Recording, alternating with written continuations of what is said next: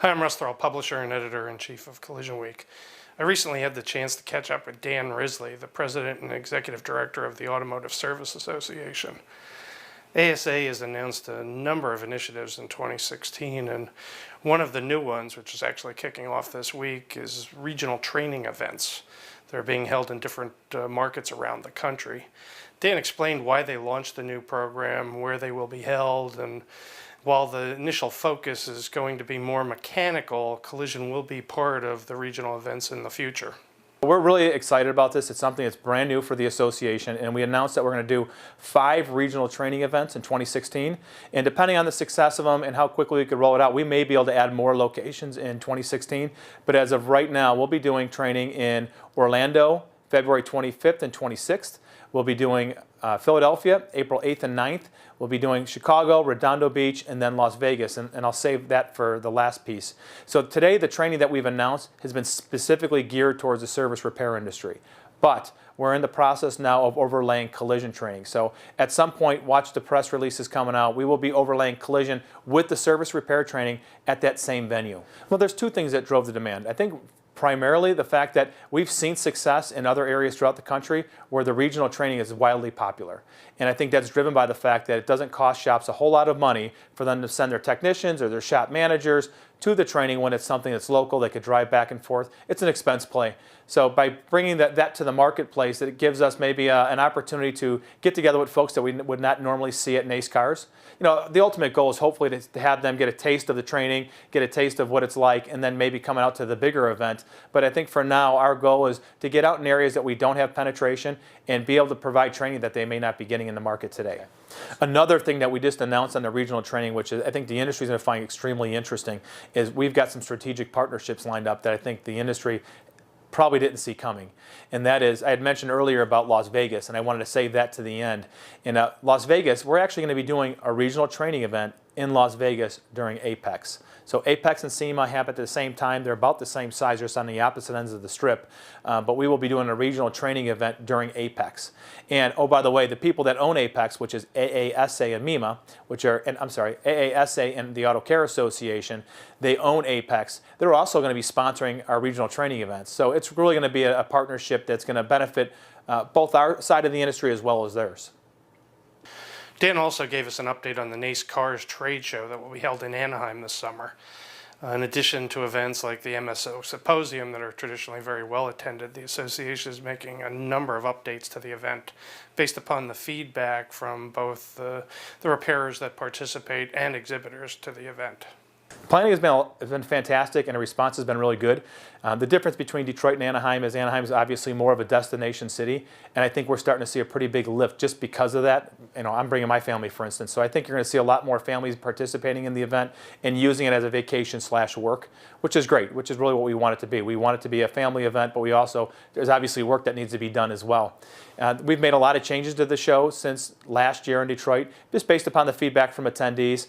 Last year we tried implementing having the show on Saturday, show floor hours on Saturday, and we've moved away from that. That wasn't really successful. So we're going to do the show solely on Thursday and Friday.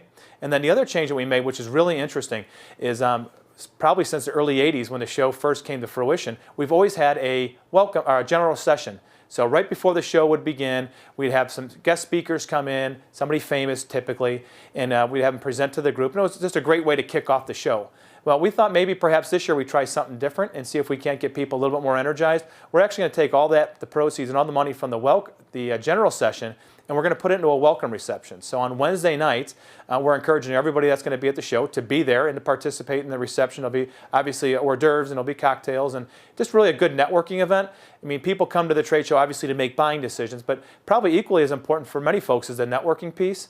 And we think that the welcome reception will certainly create an atmosphere where a lot of networking will be done. And you'll probably get to see a lot of faces that you may or may not see on the show floor. You know, sometimes people, when they go to the show, they might go to a training, they may walk the show floor one day, and maybe you don't get a chance to see that person. But the welcome reception, we're hoping that it'll be a great event for people to network and really maximize their time.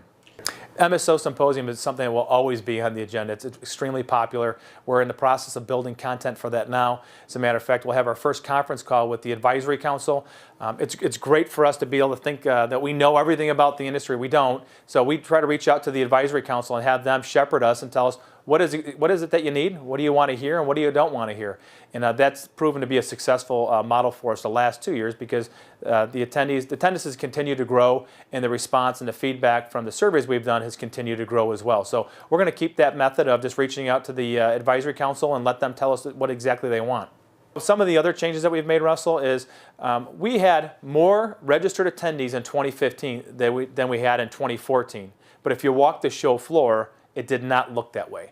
And some of it was the scheduling. And what we ended up doing is we scheduled a lot of training, conferences such as the MSO Symposium, tours. We had a lot of things jam-packed during the week in Detroit, and a lot of it overlaid the show hours. So we're not doing that in 2016. We're making some changes. So we're no longer going to offer tours on Thursday and Friday, so it will be solely the show.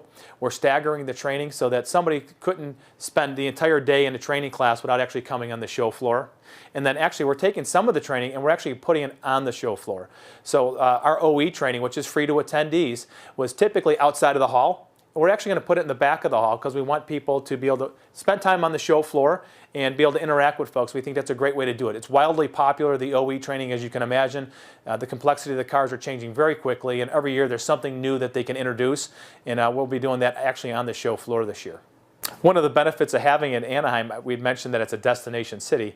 Well, it just so happens that Disneyland is right down the street. So people that do bring their families with will have the opportunity, if they want to literally to walk down the street and participate and take advantage of Disneyland, which I think is a nice added attraction. I also think it's their 60th or 65th anniversary. They have special fireworks displays that go off at 9 o'clock at night. So watch for that, because we will have discounted passes that will be available to attendees. So as soon as our show concluded in 2015 in Detroit, the first thing I did was hit the road. So I spent a significant amount of time leading up to the end of the year in California, actually building already for the show in Anaheim, if you could believe that, a year out. And we've had some really good success stories. You'll see a couple press releases in the coming weeks here, one of which is the fact that we've approached the two major trade associations in California, one being the ASCCA, which is the Automotive Service Council of California, and CAA, which is the California Auto Body Association. Both of those groups have agreed to have board meetings and, in one case, forego their summer conference and do it during NACE cars. So we're going to see a pretty big inflow of locals just by virtue of the partnerships we've forged with the ASCCA and CAA, which I think is a great benefit to our exhibitors. And then in addition to that, we've already gone out and approached several other groups, 20 groups, and I can't share those with you today because they're not confirmed, but there's several 20 groups that will be participating in this year's show that we haven't had in the past. One of which I can share, and that's Axalta. Axalta is actually going to have a heavy-duty truck group that will actually be participating in the show. And we think that there's probably some niche areas like heavy duty that we can go pursue from a segment perspective that our exhibitors would want to see. You know, they buy paint, they buy sandpaper, they buy frame equipment, they buy welding equipment. So we look to add more of those groups, and we have a few of them that are just about confirmed, and we'll push those out as they become available. But that's one way for us to continue to get growth from the show, is finding areas like that where we could fill niches. We've approached all the MSOs. Of course, we have the MSO Symposium, but we've been talking to them about putting together some customized training programs for them in the hopes that they would bring some of their upper leadership, or some of their management team. So all value adds as far as I'm concerned, and that's really what we owe to our exhibitors, is to find ways to be creative, find ways to grow the attendee base of the show, and we will continue to find innovative ways. And we're very receptive and open. If people have ideas on, hey, look, this would be a good group, approach us with it. There's nothing that we won't hunt down. Dan also spoke to me about the Michigan bill that seeks to restrict an insurer's ability to specify parts procurement methods. ASA Michigan has been actively supporting the bill, and Risley recently testified in support of the legislation. Senate Bill 430 is really a simple bill, and what we're looking to do is prohibit insurance companies from requiring a specific system to procure or purchase parts. We believe that collision shops should have the decision to choose whatever system they would like to utilize to purchase parts, and this would obviously put us in a position where the shops would clearly have the ability to decide what they wanted to do what was best for their respective businesses, as opposed to having an insurance company tell them which system they should be using. I think a lot of people would look at it and say, well, this is a bill that's strictly against Parts Trader, and nothing could be further from the truth. It has nothing to do with Parts Trader. It has nothing to do with electronic parts purchasing. Those are all things that we think that the industry should have. I mean, that's the next evolution for us in terms of procuring parts. The days of the fax machine are going away. We should be using electronic means to order parts, just more efficient.